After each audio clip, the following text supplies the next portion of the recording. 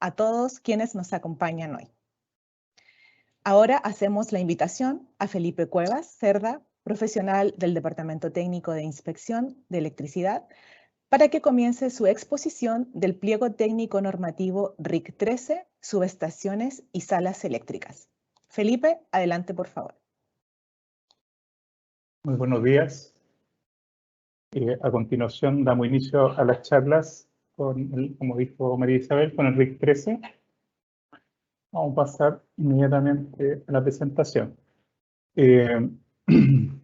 Bueno, continuando con la estructura que venimos desde el RIC 1, hoy día estamos ya acercándonos al final de todas estas charlas y trabajaremos o comentaremos, mejor dicho, el RIC número 13 de subestaciones y algunos conceptos de salas eléctricas. La estructura que mantendremos hoy día será la misma que trae el pliego, y donde nos enfocaremos principalmente en los últimos 4 capítulos, donde están la mayoría de los requisitos. Así que partamos con esta presentación. El objetivo de este pliego, como saben, la mayoría está orientado a condiciones de seguridad. Este en particular se refiere a condiciones tanto del diseño, la instalación, operación, hasta la inspección y verificación de subestaciones y salas eléctricas. Como les comenté, siempre con el objetivo de garantizar las condiciones de seguridad tanto de las personas, animales, los bienes y las instalaciones. El alcance, aquí hay un aspecto importante, este RIC, el límite estaría en niveles de tensión hasta 23, es decir, cualquier transformador sobre este nivel ya tendríamos que comenzar a aplicar las disposiciones que están en el decreto 109 principalmente. Dentro de la referencia normativa vamos a encontrar 9 normas y recordar que en el caso de las normas IEC, alternativamente pueden usar las UNE, sobre todo cuando necesitan alguna traducción al español. Partamos ya entrando en materia. Terminología y conceptos generales que trae este pliego.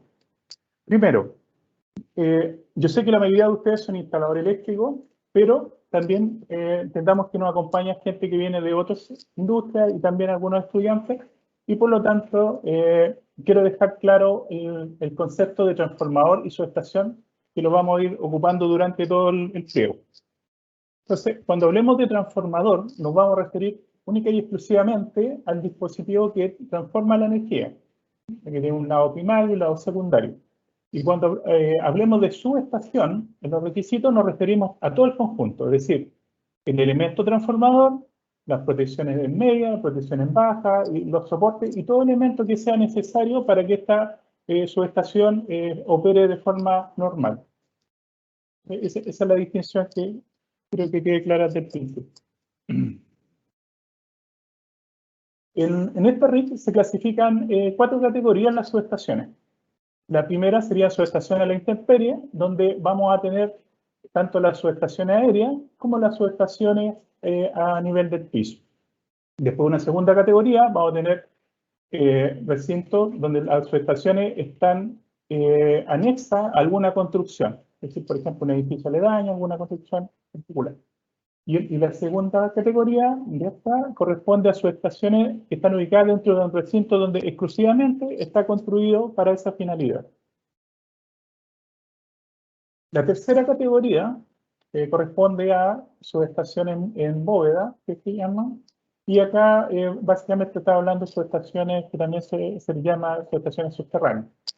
Y estas son cualquier subestación que esté a nivel de piso o que sobrepase seguramente la parte de ventilación, por ejemplo, hasta un máximo de 80 centímetros sobre el nivel del suelo. Y por último, la cuarta categoría, vamos a tener las subestaciones que se llaman compactas, donde toda la estructura está dentro de un gabinete donde está el lado o el módulo de alta y el módulo de baja tensión. Bueno, ahí vamos a ir entrando en detalle a continuación en algunas de estas subestaciones. Algunas exigencias generales. Acá, recordar que, al igual que la mayoría de los RIC, en este caso, toda subestación deberá ser instalada de acuerdo a un proyecto técnicamente concebido y que cumpla todos los estándares y que facilite el mantenimiento, etc. Todos los conceptos que son necesarios para este tipo de proyectos.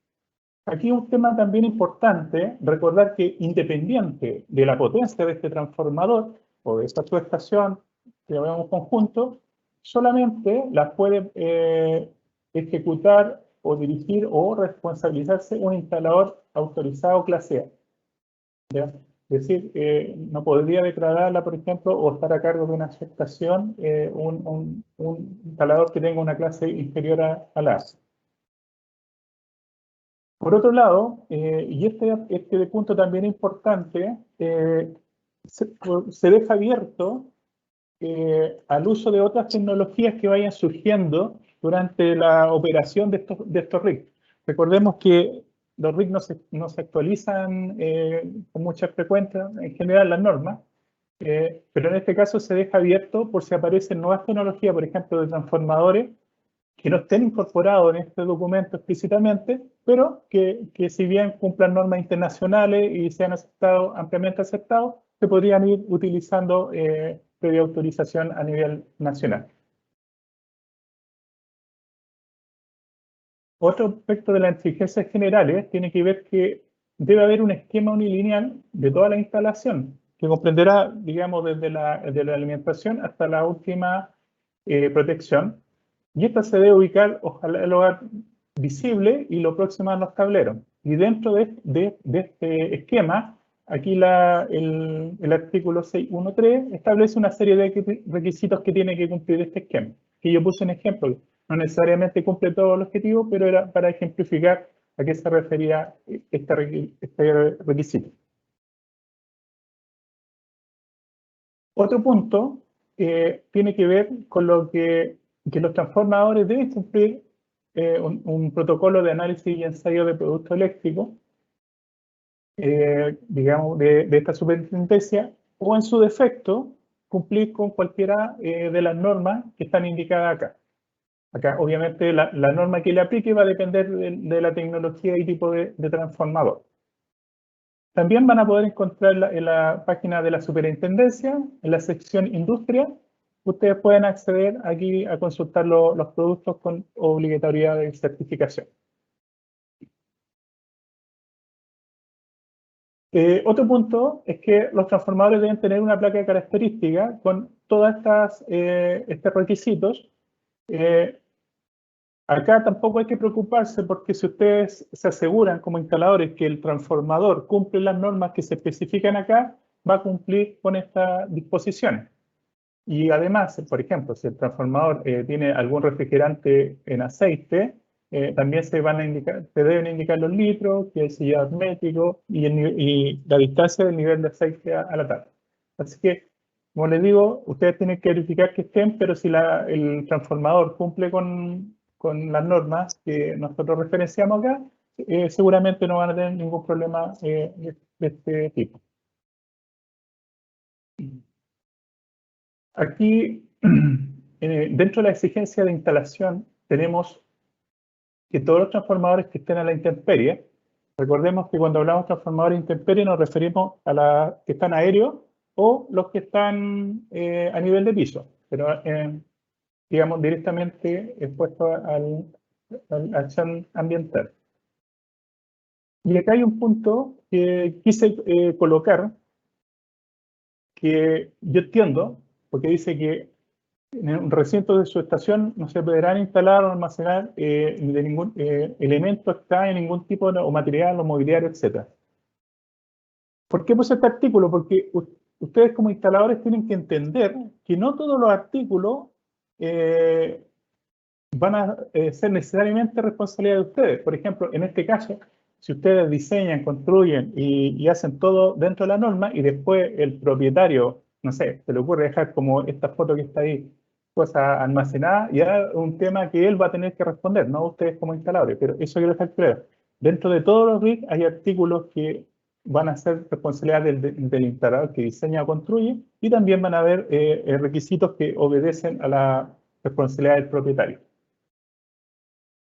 También es importante tener presente que las disposiciones que están en esta sección corresponden a o aplican a subestaciones o transformadores que están instalados hasta 1000 metros sobre el nivel del mar. Sobre esta altura, tienen que tener la precaución de que el transformador esté adaptado. Yo aquí puse un ejemplo. Por ejemplo, aquí dice rango de altura de operación de 1000 a 5000 metros sobre el nivel del mar. Entonces ahí van a haber otros requisitos, otras recomendaciones del fabricante o la aplicación de otras normas que sean pertinentes a ese tipo de condiciones. Acá en general, por ejemplo, en temas de minería, es bastante común que se dé esta situación. Acá hay dos artículos que tienen que ver con las distancias de seguridad y se entregan dos tablas. La primera de ellas corresponde a distancias de seguridad para conductores y barras desnudas, y la segunda para distancias mínimas en elementos de protección y parte energizada. Cuando hablo de elementos de protección no me refiero a las protecciones eléctricas, me refiero, por ejemplo, a la envolvente, la red que protegen esta subestación. Otro aspecto importante de la distancia de seguridad, por ejemplo, que todas las subestaciones a la intemperie, como las que estén dentro del edificio, deben protegerse contra el alcance de la mano, es decir, debe tener alguna puerta, alguna reja que impida que se toque accidentalmente. Y cuando hablamos de zona alcanzable, por ejemplo, lo vamos a referir 2,5 metros a la altura hacia arriba de la mano, para el lado 1 metro y hacia abajo también 1 metro en el caso que haya un rol. Y esta distancia debemos aumentarla 1 centímetro por cada kilovolt nominal de la tensión de la subestación. Y también recordar que las medidas de protección, como barreras, barandas, etc., también las pueden revisar en el RIC 5 de medidas de protección contra tensiones peligrosas. Ahí pueden encontrar alguna información adicional, como lo vimos hace algunas presentaciones atrás. Entremos ya ahora a lo que es los requisitos de instalación de subestaciones.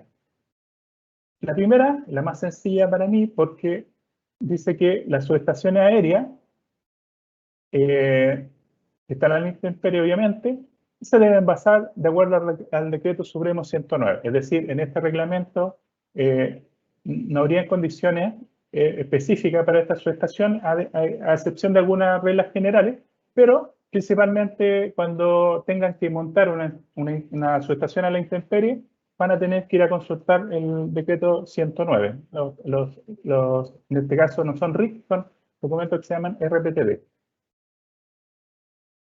Acá tenemos el segundo caso que habíamos visto, la subestación a nivel de suelo. Estas subestaciones de partida tienen que quedar en un lugar que en condiciones normales de precipitación no sea una zona inundable. También todos los elementos que se ocupen y el transformador tienen que ser ya sea a prueba de intemperie o estar protegido contra estas condiciones. También el equipo eléctrico, respecto a su base, es decir, para acercarse a apreciar en la foto, lo referimos a la base de la subestación, debe tener un espesor mínimo de 25 centímetros y desde los anclajes hasta la orilla, es decir, por ejemplo, en esta parte, al menos debe tener 15 centímetros. Ese es como el mínimo. Y también recordar, como lo mencionamos, que tiene que estar el recinto tiene que estar delimitado y protegido para que solamente pueda ingresar personal calificado. Y en este caso, evitar el ingreso de animales o personal no calificado a esa área. Y respecto del cierre, mencionar, por ejemplo, que tiene que tener al menos 2 metros de altura y una distancia de 1,5 metros desde el punto eléctrico, por ejemplo, hasta la reja, hacia cualquier punto de la reja, mínimo 1,5 metros. Y esta distancia se tiene que aumentar al menos a 2,5 centímetros en caso que este recinto, por alguna razón, se encuentre colindante a un sitio público.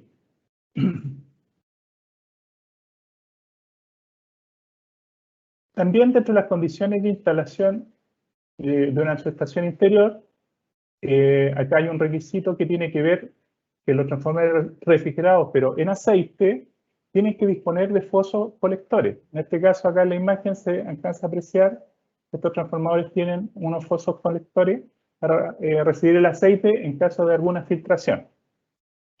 Cuando tenemos uno o más transformadores y cada uno tiene su propio recipiente, el volumen de este recipiente va a ser la capacidad de aceite que tenga cada transformador. Es decir, si tengo un transformador, va a ser el aceite que tenga ese transformador. Si tengo varios transformadores, pero todos son independientes, me refiero a su capacidad a su foso, este tiene que ser de la capacidad del transformador. Ahora, si tengo, por ejemplo, dos o más transformadores con un recipiente común, que también fue una alternativa, en este caso, la capacidad o el volumen de este recipiente va a ser la cantidad de aceite del mayor transformador más el 30% de los transformadores adicionales. Es decir, no es la capacidad del transformador mayor incrementada en un 30%, sino la capacidad de volumen de aceite del transformador principal más el 30% de todo el resto de los transformadores. Y en el caso que por alguna razón no se pudiese construir estos fosos, la opción alternativa es que en este caso el umbral de la puerta, por ejemplo, en esta figura, si vemos la puerta de lado, este umbral debe ser al menos de 10 centímetros, pero hoy digo al menos porque va a depender del volumen de todo el aceite que haya dentro o del aceite que cumpla esta condición.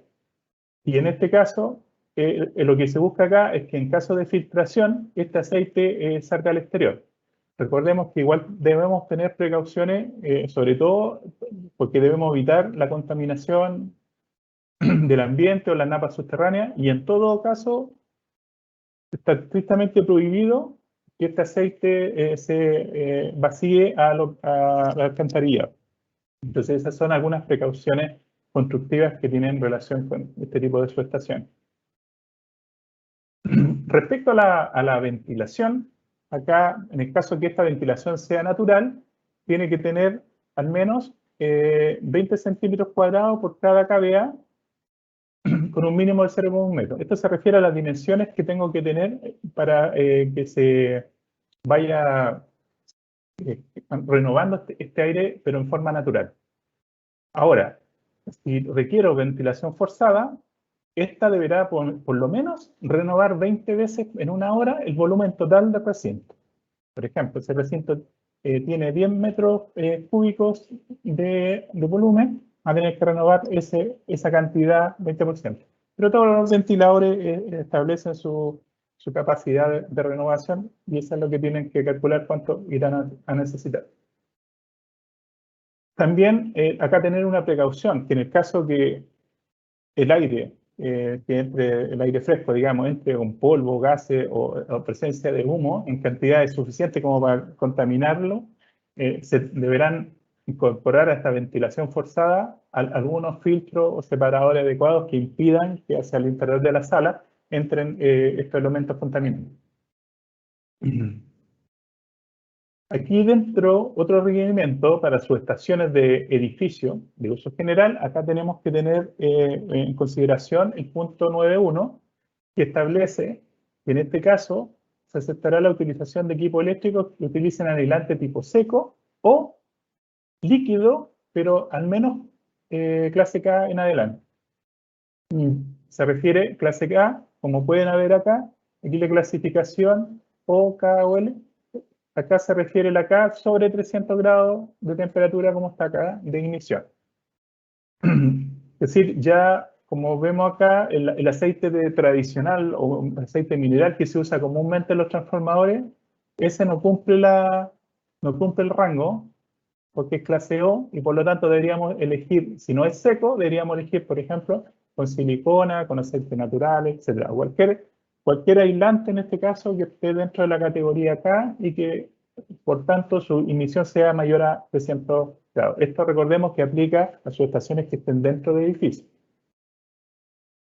Y también las subestaciones van a tener algunas características y exigencias para los muros, los cielos, que tienen que ver con el revestimiento y con las condiciones de espesor, etc. Tanto de las paredes como de la losa. Esas las pueden consultar en el pliego y ahí hay otras más que no quise poner para no alargar innecesariamente, pero están claramente especificadas. Entonces, en resumen, podemos usar transformador en seco o podemos usar cualquier transformador adecuado para interiores, pero teniendo la precaución que tenga una tecnología de aislante al menos K. Otro aspecto importante en caso de edificio que yo tenga que instalar transformadores en edificios de uso general es que estos transformadores tienen que dar sus vías de acceso hacia el exterior. Es decir, por ejemplo, si el transformador está montado en un área específica del edificio, la única entrada no puede ser por el interior del edificio, sino que tiene que ser por fuera. Y esto obedece a un tema que en caso de siniestro o algo, se puede evacuar sin riesgo para las personas. Otro requisito obedece a que si yo tengo más de un transformador, independiente de que estén separados, debo colocar un muro de separación entre ellos. Y este muro debería tener una altura mínima de 2,5 metros. ¿Qué es lo que evita? Que en el caso de falla de algún transformador, esta temperatura, esta llama, se afecten al transformador del lado. O al menos den tiempo para poder, en este caso el personal de seguridad pueda apagarlo o el personal, digamos, bombero o quien corresponda, pueda cumplir esa labor. En el caso que usemos transformadores secos de potencia superior a 100 kVA, van a tener que contar con sondas que permitan iniciar de forma, para proteger estos transformadores, van a prender los ventiladores de refrigeración forzada que están acá y que permiten que el aire vaya circulando y ventile estas unidades. Ahora, en el caso de transformadores en aceite, esta es una exigencia similar, pero ya en vez de 100 sobre 250 kVA, van a tener que tener dispositivos de tensión, detectores de temperatura, perdón, relés buctos o dispositivos equivalentes. ¿Qué es lo que buscamos acá? Que cuando llega a cierto umbral de temperatura, se activen estos elementos y se baje la temperatura de los transformadores. Así que son requerimientos básicamente en esta línea. Ahora, en el caso de subestaciones compactas, acá tenemos que estas podrán instalarse tanto a la intemperie como al interior de edificios, sin problema. Y en el caso que se instale en la intemperie, todos los módulos, recordemos que deben ser a prueba de intemperie, y en el caso que se instalen al interior, van a tener que cumplir además las disposiciones que vimos en las secciones 8, 9 y 10 de este pliego. Otro punto importante tiene que ver con que todos los elementos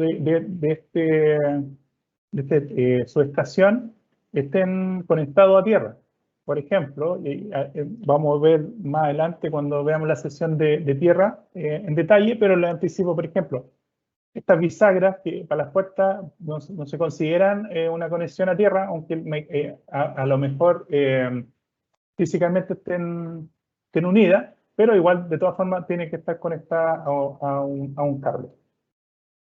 Acá podemos presenciar el lado de alta tensión, acá el lado de baja tensión. Recordemos que todos estos elementos están dentro de la subestación. Y en el caso del módulo de media tensión, tenemos que aplicar todas las disposiciones que están en la sección 7, que tiene que ver con esta tierra de protección. Este RIC, recordemos que lo vimos hace una semana atrás, y después, al final de toda esta charla, van a estar disponibles para que los consulten. o simplemente se van al RIC y van a encontrar toda esta referencia. Y en el caso del neutro, tiene que aplicar el punto 664 del RIC 6, que también de puesta a tierra, pero ahí se refiere básicamente a la sección que tiene que tener el conductor neutro, que está definido en ello. Entremos un poco al aspecto de protecciones, que aquí hay unos puntos importantes. Por ejemplo, acá dice que cada transformador se puede proteger con un fusible cuya capacidad sea 1,5 veces la corriente nominal, y en el caso que sean interruptores automáticos, puede ser a lo más hasta 3 veces dicho valor. También, el punto siguiente establece que en el caso que esta capacidad de fusible comercialmente no la encuentre, tengo que ir inmediatamente al calibre superior. Y otro aspecto importante acá es una restricción que en el caso de su estación interior en el edificio no puedo utilizar desconectadores del tipo intemperie, como los que se muestran en la figura. Eso hoy día no se permite, para que lo tengan en consideración. Tengo que usar una tecnología mucho más segura para la operación y el mantenimiento y para los usuarios también. Porque eso, digamos, desde la implementación de esta RIC ya eso está prohibido. Quisiera detenerme un poquito en este punto, porque yo sé que para muchos de ustedes como instaladores le va a ser interesante, porque esto resuelve en gran medida un problema que se genera muchas veces cuando quiero poner en servicio un empalme en media tensión, y a veces tengo conflicto con la empresa distribuidora que me pide, por ejemplo, un reconectador y nosotros creemos que con un fusible es suficiente, y ahí se genera un conflicto. Entonces ahora, este artículo lo que dice que van a poder usar tanto fusibles como reconectadores, pero se van a dar dos condiciones. Por ejemplo, como dice acá en la última línea, en el caso 1, si la instalación del empalme MT es de potencia igual o superior a 500 kW, ahí la única alternativa, y por obligación, van a tener que colocar reconectadores. Sin embargo, en el caso 2, si la instalación del empalme MT, la potencia es menor a 500 kW, ahí voy a tener que poner, o voy a poder colocar, porque yo siempre puedo poner el reconectador, pero también voy a poder colocar fusible, pero va a depender. Entonces, vamos a poner un ejemplo acá para que quede mucho más claro esto. Recordemos que estamos hablando menores de 500 kilowatts. Supongamos que este tramo del alimentador corresponde a la distribuidora y tiene un fusible de 50T y no se puede cambiar porque eso coordina con otro arranque, nos dice llenar la figura. Pero supongamos que ese es el límite. Y nosotros tenemos acá nuestro proyecto. Entonces debemos determinar cuál es la capacidad del fusible y que a la vez se coordina o no con el que está inmediatamente agua arriba. Entonces, hagamos el ejemplo con un transformador de 300 kV. En este caso, la corriente sería 14,4 amperes, y si aplicamos el artículo anterior, el 13.2 que mencionamos, dice 1,5 veces la corriente nominal, y por lo tanto nos daría 21,6 amperes. En el caso, por ejemplo, que optemos por usar fusibles curva T, vemos que no tenemos de esa capacidad, por lo tanto, inmediatamente nos vamos a la capacidad siguiente, en este caso 25. Entonces ahora lo que tenemos que asegurarnos que este fusible pueda coordinar con ese. Entonces, fusible de 25 coordina con uno de 50 hasta 2600 amperes.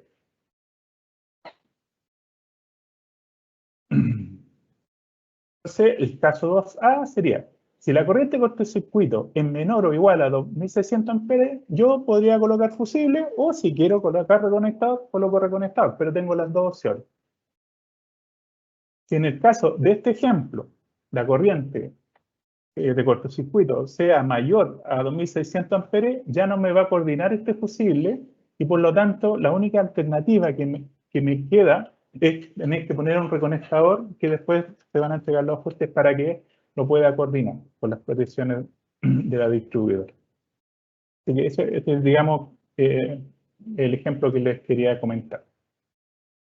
Ya pasando a la última parte de esta presentación, tenemos todo lo que es puesta a tierra de protección. Tenemos algunos requisitos, como anticipamos, todas las partes metálicas de estas subestaciones y los elementos que están adicionales, por ejemplo, tenemos la mufa, todo esto, lo podemos ver acá en detalle en el artículo siguiente, que todo lo que tengo que poner a tierra.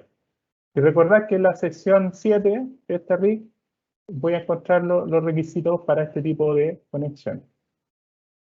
Entonces, por ejemplo, acá tengo que poner las carcasas de los transformadores, tengo que poner las partes, la rejilla, los cercos, las manivelas, los soportes, los cables, las pantallas de los cables de tensión, es decir, todo lo que requiera tierra lo tengo que aterrizar y ahí hay algún lineamiento, digamos, para que lo puedan hacer. También recordar que la resistencia puesta a tierra, sobre todo para lo que corresponde a tensión de paso y de contacto, van a tener que basarse en el reglamento 109 y también en el artículo, perdón, en el anexo 6.1 que está en el RIC 6. Entonces ahí le dejo las dos referencias para que puedan ver cuáles son los requisitos específicos para cada una de las opciones. Y para finalizar, digamos, respecto a la tierra de servicio, lo que dice acá que esta se va a tener que dimensionar de acuerdo a la máxima corriente de falla a tierra que pueda circular. Y en el caso, por ejemplo, que tenga diversas instalaciones con tensiones distintas, todas conectadas a una tierra común, voy a tener que considerar la máxima corriente que circula en ella.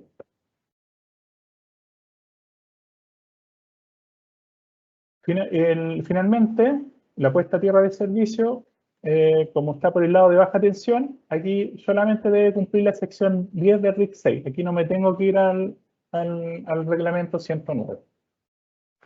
Así que agradezco su atención. Espero que la información que les proporcionamos sea de utilidad y les recordamos que cualquier consulta o cualquier la pueden hacer por el chat de preguntas y estamos a su disposición para atenderlos. Así que ahora nuevamente le agradezco y volvemos con María Isabel para continuar con esta sección. Gracias.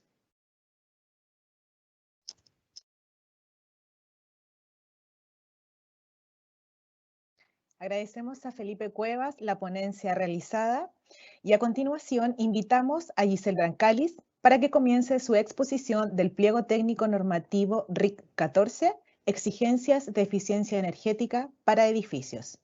Giselle, adelante por favor.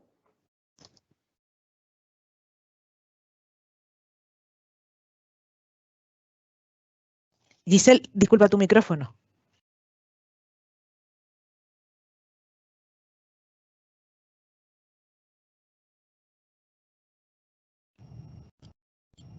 ¿Ahí sí? Sí, perfecto. Gracias. Muy amable, María Isabel. Muchas gracias por la presentación.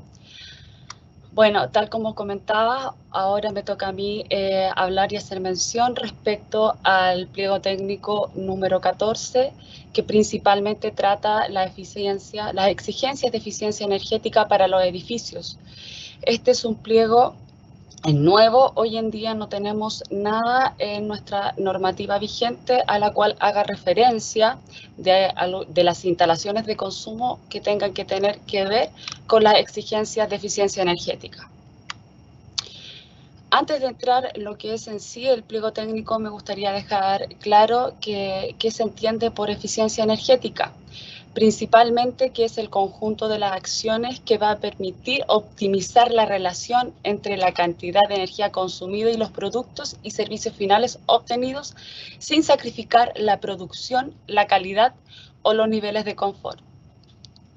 En palabras más simples y más fácil es hacer más con menos. Además, debemos tener presente que eficiencia energética no es lo mismo que ahorrar energía. Porque ahorrar energía es dejar de utilizar o consumir menos energía, que esto va a producir en reducir o dejar de realizar ciertas actividades. Por ejemplo, ¿cómo ahorramos energía nosotros habitualmente? Cuando apagamos las luminarias de nuestra casa. Estamos evitando el consumo de energía. Por ende, es un ahorro de energía. En cambio, si nosotros cambiamos las luminarias por unas más eficientes, estamos tomando una medida de eficiencia energética que nos va a proporcionar una disminución del consumo de la energía sin perjuicio del desarrollo de nuestra actividad. Se puede seguir haciendo nuestra actividad de manera normal. Por su parte, también me gustaría destacar que hoy en día eficiencia energética no está relacionado solamente como a la energía eléctrica, sino que ya hoy en día se ve en base a todo un sistema o un conjunto, desde la envolvente, por ejemplo, los materiales de construcción, de aislación, hoy en día los termopaneles, los que evitan el tema de que nos pegue mucho el sol en el verano o en el invierno nos dé mucho frío, etcétera. Pasando por la climatización, la iluminación, como les decía, hasta hoy en día los servicios, tanto como la cocina, el refrigerador, el calefón, hoy en día está todo englobado hacia la eficiencia energética. Recuerden que es hacer más, pero con menos. Ya entrando en lo que es nuestro pliego normativo número 14, principalmente en los contenidos que establecen la mayoría de nuestros pliegos técnicos, con la misma estructura a la cual entregan los objetivos, los alcances, las referencias normativas, las terminologías y finalmente en este pliego llega solamente hasta las exigencias generales. Como objetivo, este pliego nos establece las exigencias de eficiencia energética que deben cumplir las instalaciones de consumo de energía eléctrica de edificios del país. Recuerden, de edificios. ¿Cuál es el campo de aplicación de este pliego técnico? Aplica a edificios nuevos y solamente a los equipos que se describen en este pliego técnico. ¿Ya? Y para todos los equipos que se instalen con posterioridad, en edificios existentes, perdón, todos los equipos que se instalen en los edificios existentes con posterioridad a la entrada en vigencia de este pliego técnico, o sea, todo lo que se instale con posterioridad a la entrada en vigencia, que va a ser el 11 de julio. Recuerden que estos pliegos técnicos entran en vigencia el 11 de julio.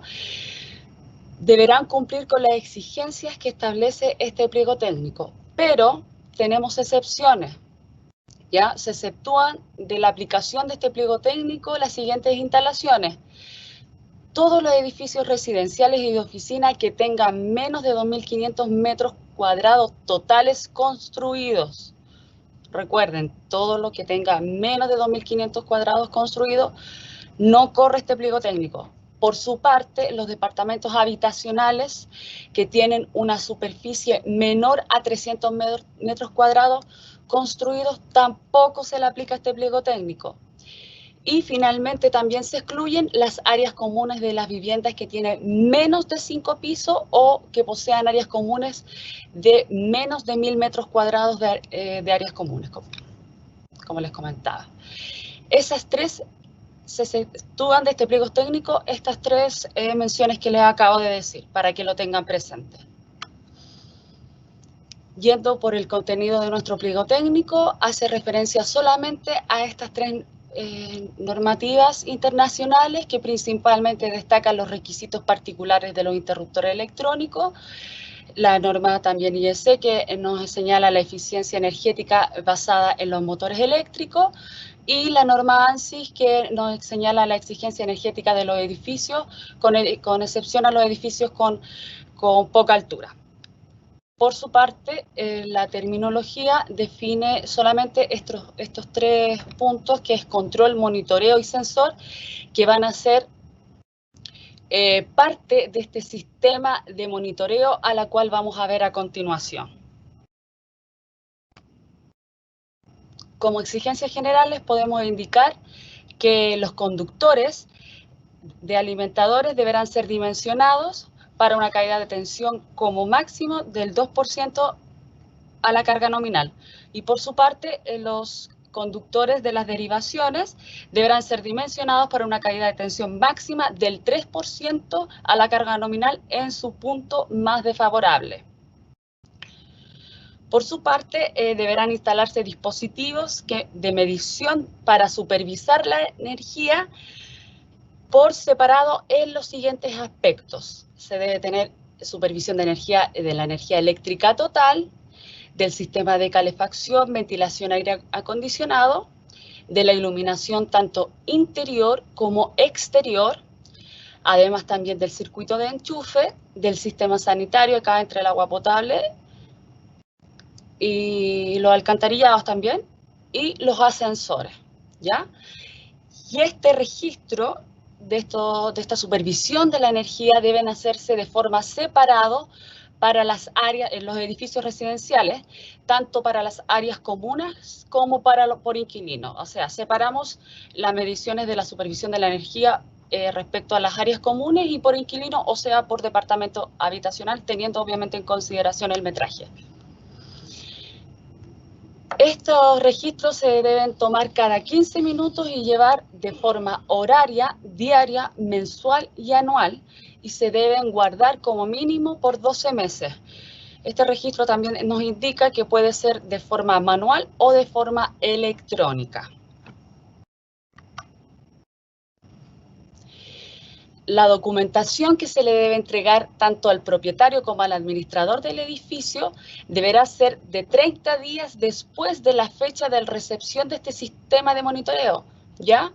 ¿Y qué incluye esta documentación? Los planos as-built de la instalación eléctrica. Aquí dentro de los planos debe incluir obviamente el diagrama unilineal del sistema de distribución eléctrica, de monitoreo y control, y también los planos de distribución que va a estar por cada piso, los sensores y lo que son parte en sí de este sistema. Además de estos planos, también deben agregar e incluir los manuales de usuario del sistema. Por su parte, los manuales de mantenimiento, que deberá indicar principalmente las características de los equipos a los cuales están trabajando en dicho sistema, el servicio técnico, a la cual en el caso de algún siniestro deben conectarse para que vengan a reparar o a supervisar, y la descripción por cada sistema a operar. Además también de las llaves de acceso a los tableros eléctricos y la clave de ingreso al software, tanto como programador, como también al usuario. Además, este pliego técnico establece que toda iluminación interior debe ser con control automático a través de sensores, y cada sensor deberá controlar una zona de no más de 200 metros cuadrados si la superficie total a controlar es menor o igual a 1000 metros cuadrados. Cada sensor deberá estar protegido tanto del agua como del polvo. Por ejemplo, en los recintos cerrados como oficina, estos sensores deberán tener un OIP 20 como mínimo. Por su parte, en los espacios de circulación como los pasillos, deberán tener un IP mínimo de 42. Y los espacios considerados como húmedos deberán tener con IP 44. Todos estos dispositivos que se instalen deberán ser compatibles unos con otros, o sea, deberán conversar tanto el sistema de control automático con el sistema de monitoreo. Deben ser compatibles. Referente a los sensores también, aquí tenemos que recordar que esto siempre lo hacen mención en todos nuestros pliegos técnicos, a la cual debe cumplir el protocolo de producto eléctrico respectivo que existe en nuestra superintendencia, y si es que no existiese, debe cumplir con la norma IEC 60669-2-1 del año 2002. Y además, respecto a la iluminación de las áreas comunes, nos indica que debe ser controlada de modo tal de que disminuya la potencia cuando no hay ninguna actividad dentro de la zona de iluminación durante 20 minutos. O sea, si no hay personas ni nada, ningún tipo de actividad durante 20 minutos, deberá reducir la potencia de iluminación. Esto es respecto a la iluminación interior. Referente a la iluminación de los estacionamientos, acá nos indica que toda la iluminación de los estacionamientos deberá ser monitoreada y controlada, y la potencia de la iluminación de cada luminaria se debe reducir con un 30% como mínimo cuando no detecta actividades durante 20 minutos. O sea, no detecta ningún tipo de actividad y va a reducir automáticamente un 30% por luminaria. Eso sí, las zonas controladas para esta exigencia no deben ser superior a 350 metros cuadrados y además también en casos justificados hace una salvedad que va a permitir el apagado de luminarias para alcanzar este 30%. Referente a la iluminación de exterior, como la de las fachadas, también nos señala que esta debe ser tanto controlada como monitoreada y además que se debe apagar automáticamente entre la medianoche o cierre de negocio o lo que ocurra más tarde y las 6 de la mañana o el horario de la apertura. Eso sí, por aspectos de seguridad se puede dejar una luminaria encendida si en este caso lo requiere el propietario o la comunidad. Respecto a la iluminación de señalización y de letreros, también debe ser controlada por un dispositivo que reduzca automáticamente la potencia de iluminación conectada por al menos 30% en relación a las siguientes condiciones. O sea, reduce en un 30% por iluminaria desde las 12 de la noche hasta las 6 de la mañana o la apertura de negocio, o también durante la ausencia de la actividad por un periodo de 15 minutos. O sea, de reducir en un 30% si no detecta a nadie durante 15 minutos y además teniendo la consideración esta salvedad de los horarios. Y finalmente este pliego técnico también nos señala que para todas las instalaciones de los hospitales que quisiesen estar en consideración con la exigencia de eficiencia energética, deberán basarse en la norma ANSIS 90.1/2016 y ahí tomar en consideración las recomendaciones que realiza esta normativa. Por su parte, todos los motores que se instalen en estos edificios que clasifican como exigencia de eficiencia energética deberán estar basados en la norma IEC 634/31, que principalmente acá nos señala la eficiencia energética de los motores y hace una clasificación.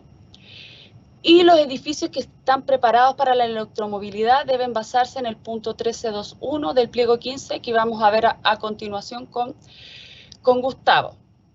Acá también me gustaría hacerles una mención principal que hoy en día tenemos una ley, la primera ley de eficiencia energética, que es la ley 21.305, que fue publicada en el Diario Oficial en febrero de este año, en la cual hoy en día el Ministerio se encuentra haciendo mesas técnicas de trabajo con los actores principales dentro del mercado para hacer la bajada de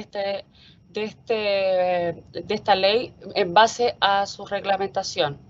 Y obviamente este pliego técnico va a conversar con lo establecido en ese reglamento y también obviamente con la ley, que principalmente establece un plan nacional de eficiencia energética durante 5 años.